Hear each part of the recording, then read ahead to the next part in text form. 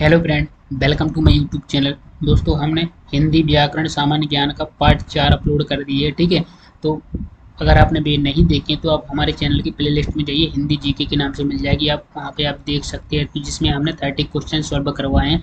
उसमें आपके कम से कम 25 क्वेश्चन सही होने चाहिए, तभी आपकी क्या प्रैक्टिस अच्छी हो, तैयारी अच्छी है। चलिए आज हम इस वीडियो में 30 क्वेश्चन सॉल्व करवाएंगे। तो आपको देखते हैं कितने क्वेश्चन सही आते हैं, वो आपको कमेंट में बताना है। 30 में से आपके कितने क्वेश्चन सही होते हैं। ठीक है, तो चलिए क्वेश्चन स्टार्ट करते हैं।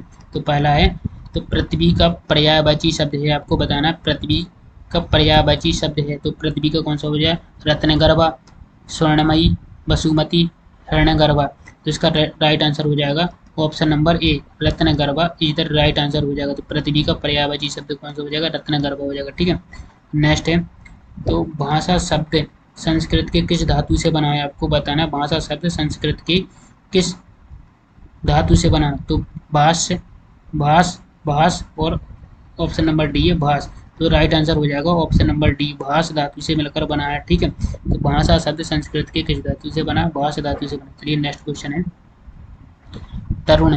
तरुण का विपरीतार्थक शब्द बताइए। तो आपको बताना तरुण का विपरीतार्थक शब्द कौन सा होता है। तो इसमें आपके पास 4 ऑप्शन है, मंद, वृद्ध, सुस्त, इनमें से कोई नहीं।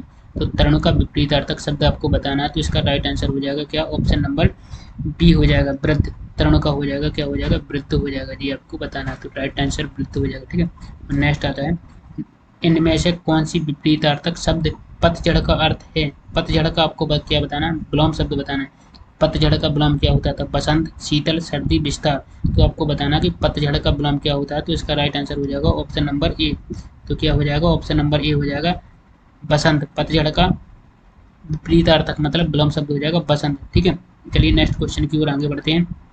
अब आता है क्वेश्चन, ग्रीस में कौन सा संधि है? आपको बताना ग्रीस में कौन सा संधि है। जब हमने आपको स्टार्टिंग बताया था कि जहाँ पर डबल आ आता है या बड़ी ई आता है, बड़ा आ या बड़ी ई आता है, तो वहाँ पे कौन सी संधि होती है?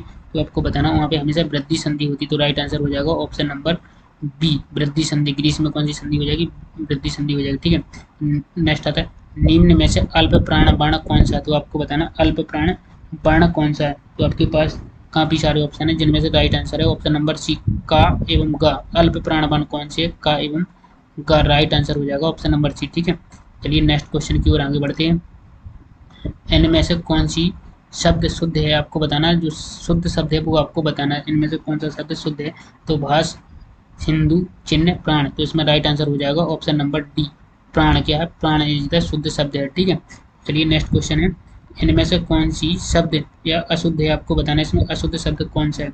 तो अशुद्ध शब्द कौन सा आता है? कलश, ठीक है, पुण्य, रसायन, कल्याण। तो अशुद्ध बताना, तो अशुद्ध हो जाएगा इसमें पुण्य। ठीक है, पुण्य ऐसा नहीं लिखते, सही कैसा लिखते वो आपको कमेंट में बताना है। ठीक है, चलिए नेक्स्ट क्वेश्चन है, इनमें से कौन सी युग्म शब्द गलत है? आपको बताना है कि गलत कौन सा है। तो इसमें से जो गलत है वो आपको कमेंट में बताना है। ठीक है, तो इसका राइट आंसर हो जाएगा ऑप्शन नंबर बी, निशान चिन्ह। निशान चिन्ह क्या है? ये गलत है। ठीक है, एक गलत युग्म है। ठीक है, तो निशान और चिन्ह एक ही है। ठीक है, मतलब यहाँ पे गलत युग्म बताना था, तो निशान का मतलब यही है, चिन्ह का मतलब भी एक ही होता है। ठीक है, तो ये गलत हो जाएगा। ठीक है, नेक्स्ट आता है, तो यहाँ पे आता है संधि। संधि कितने प्रकार की होती है? आपको बताना है संधि कितने प्रकार की होती है। तो संधि होती है 3 प्रकार की होती है। नाम कौन कौन सी जी आपको कमेंट में बताना है। ठीक है, कमेंट में आपको नाम बताना कौन कौन सी संधि होती है 3 प्रकार की। ठीक है, तो चलिए नेक्स्ट क्वेश्चन की ओर आगे बढ़ते हैं। नेक्स्ट क्वेश्चन, दिए गए शब्दों में शुद्ध वर्तनी वाला शब्द कौन सा है? तो आपको बताना शुद्ध वर्तनी वाला आंसर है जो सही कौन सा है। सुसुप्ति कैसा लिखते हैं वो सही कौन सा है। तो इसका राइट आंसर हो जाएगा ऑप्शन नंबर सी, सुसुप्ति इस तरह लिखते हैं। ठीक है, तो ये आपको याद रखना है। चलिए नेक्स्ट है, दिए गए शब्दों में शुद्ध वर्तनी वाला शब्द बताना। तो आपको बताना शुद्ध वर्तनी वाला शब्द कौन सा है। तो इसमें सर्वोत्तम, कीर्ति, स्रोत, संसारिक। तो सही कैसा लिखते हैं? तो इसमें सही स्रोत लिखते हैं। स्रोत क्या है? सही लिखा हुआ, तो और ये आपको याद रखना है। तो राइट आंसर ऑप्शन सी हो जाएगा। ठीक है, चलिए नेक्स्ट क्वेश्चन है, इसमें आता है सिर तोड़। सिर तोड़ में कौन सा समास है? तो आपको बताना कि सिर तोड़ में कौन सा समास है। तो आपके पास ऑप्शन है करण तत्पुरुष, अपादान तत्पुरुष, संप्रदान तत्पुरुष, कर्म तत्पुरुष। तो इसमें आपको बताना कि कौन सा सही आंसर है। तो ऑप्शन नंबर हो जाएगा इसका डी, कर्म तत्पुरुष हो जाएगा। ठीक है, सिर तोड़ में कौन सा समास हो जाएगा? कर्म तत्पुरुष हो जाएगा। नेक्स्ट है, महात्मा में कौन सा समास है? आपको बताना है महात्मा। महात्मा में कौन सा समास हो जाएगा? तो इसमें हो जाएगा कर्मधारय। कौन सा राइट आंसर हो जाएगा? ऑप्शन नंबर डी, कर्मधारय हो जाएगा। ठीक है, नेक्स्ट है, इनमें से अलंकार के कौन सा भेद है आपको बताना, अलंकार कौन सा भेद है, छेकानुप्रास, शब्दालंकार, लाटानुप्रास, इनमें से कोई नहीं। तो अलंकार कौन सा होता है, तो अलंकार आपको बताना कि कौन कौन से होते हैं, ये नाम बताना। तो इसमें उनमें से एक प्रकार होता है शब्दालंकार, ठीक है। तो ये आपको एक अलंकार होता है, उनमें से नाम है शब्दालंकार, ठीक है। तो नेक्स्ट क्वेश्चन है, अर्थ अलंकार के कितने भेद है, तो आपको बताना कि अर्थ अलंकार के कितने भेद है, क्वेश्चन है। तो अर्थ अलंकार है, अर्थ अलंकार के कितने भेद है, जो आपको राइट आंसर हो जाएगा ऑप्शन नंबर सी हो जाएगा। तो अर्थ अलंकार के कितने भेद होते हैं, 12 भेद होते हैं जी, आपको याद रखना। तो अर्थ अलंकार कितने भेद है, 12 होते हैं, ठीक है। चलिए नेक्स्ट क्वेश्चन की ओर आगे बढ़ते हैं। तो नेक्स्ट क्वेश्चन है, इनमें से रस के कौन सा भेद है, तो आपको बताना रस के कौन से भेद है, तो रस के कौन से भेद है ये आपको बताना है, ठीक है। तो इनमें से रस की कौन से भेद है, तो कर्ण, रूपक, उल्लेख, इनमें से कोई नहीं। तो रस कौन सा है, तो रस का भेद होता है करुण रस, रूपक क्या है, अलंकार है, ठीक है। तो रस कौन सा होता है, करुण रस है, करुण रस होता है एक, ठीक है। तो राइट आंसर ऑप्शन ए हो जाएगा। नेक्स्ट है, स्थान के आधार पर बताइए कि मूर्धन्य व्यंजन कौन से हैं, तो आपको बताना मूर्धन्य व्यंजन कौन कौन से हैं।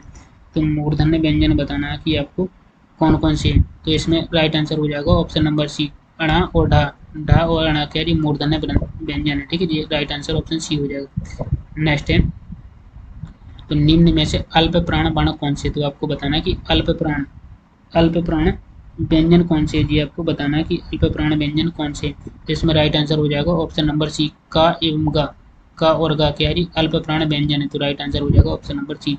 नेक्स्ट, निम्न में से नासिक के व्यंजन कौन सा, तो आपको बताना नासिक के व्यंजन कौन सा है।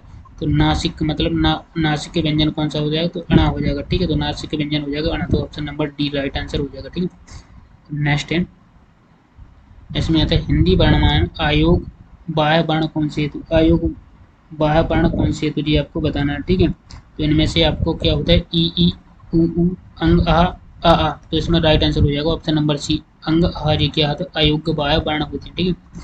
नेक्स्ट है, निम्न में बताइए किस शब्द में द्वित्व व्यंजन है, आपको बताना द्वित्व व्यंजन किस में, पुनाहा में, उत्साह में, इलाहाबाद में, दिल्ली में, द्वित्व व्यंजन किस में हो जाएंगे। तो इसका राइट आंसर हो जाएगा ऑप्शन नंबर डी, दिल्ली में क्या है, द्वित्व व्यंजन है, जी आपको याद रखना, ठीक है।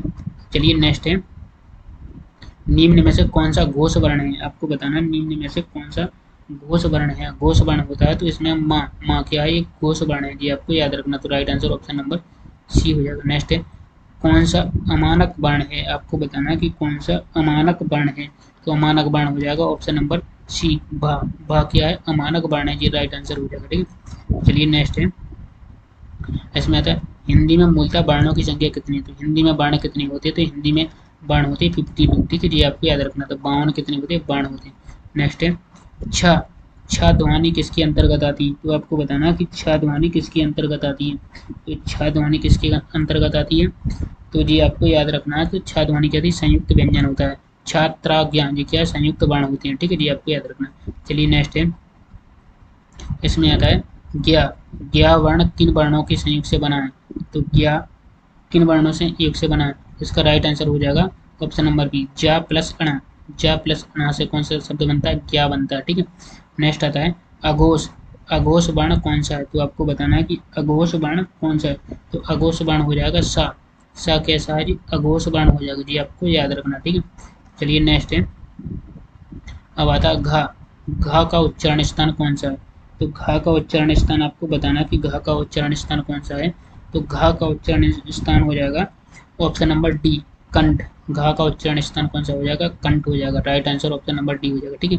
नेक्स्ट है, जिन शब्दों के अंत में आ आता है उन्हें क्या कहते हैं। तो जिन शब्दों के अंत में आ आता है उन्हें क्या कहते हैं। तो अनुस्वार, अकारांत, अंतस्थ, आयोगवाद। तो जिन शब्दों के अंत में आ आता है उन्हें क्या कहते हैं, तो उन्हें अकारांत कहते हैं। तो ऑप्शन नंबर बी हो जाएगा राइट आंसर। तो दोस्तों इस वीडियो में भी हमने आपको 30 क्वेश्चन सॉल्व कराए हैं। अब आपको कमेंट में बताना है कि आपके 30 में से कितने क्वेश्चन सही हैं, ठीक है। तो वो आपको कमेंट में बताना है, ठीक है। अगर आप प्रैक्टिस करना चाहते हो तो आप हमारे टेलीग्राम ग्रुप या इंस्टाग्राम ग्रुप में ज्वाइन हो सकते हो। वहाँ पे आपको डेली प्रैक्टिस क्वेश्चन सॉल्व कराए जाते हैं, जैसे कि आपकी प्रैक्टिस अच्छी हो सके, ठीक है।